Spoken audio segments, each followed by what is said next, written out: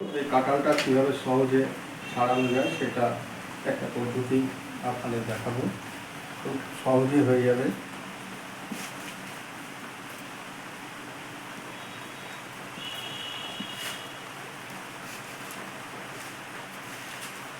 খুব তাড়াতাড়ি এবং খুব সহজে খুব সুন্দরভাবে কোয়াগুলো বেরিয়ে আসবে।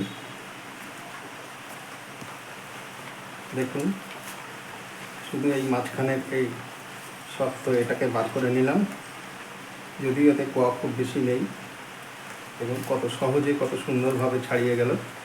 এবারে আমি এক একটা করে কোয়া বার করে নেব।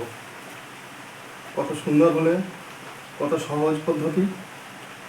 দেখুন, এই ডাঁটিটাকে বার করে নিলাম মাঝখান থেকে। এবার দেখুন এক এক করে সব বেরিয়ে গেছে। কত সহজে বেরিয়ে গেছে দেখুন। এটা গাছ থেকে পেড়ে এনে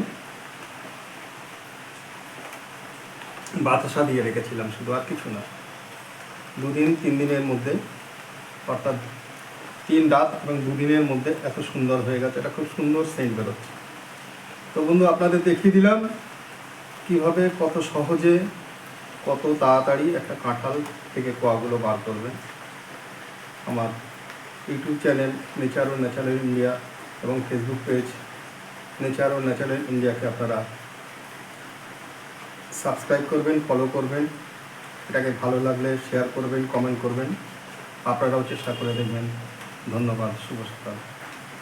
ওগুলো খুব সহজে বার করে নিয়েছে। এবার দেখুন এই যে কত সুন্দর যে ছোটো ছোটোগুলো রয়েছে, এগুলো খেতে খুব ভালো লাগে। আপনারা তুলে নেবেন, খাবেন, দেখবেন খুব সুন্দর এবং খুব মিষ্টি লাগে, সুস্বাদু কাঁঠাল। এই সাদাগুলো না, এই যেগুলো লালচে হয়ে আছে, এই কাঁঠালের কোয়ার মতো যেগুলো, ওইগুলো তুলে নেবেন, খাবেন, খুব ভালো লাগবে। কোয়ার চেয়েও খুব সুন্দর লাগবে। আমি খাই, তাই আমি তুলে নিচ্ছি। আপনারাও খেয়ে দেখবেন কেমন হয়েছে, কেমন লাগে, কমেন্ট করে জানাবেন। ধন্যবাদ।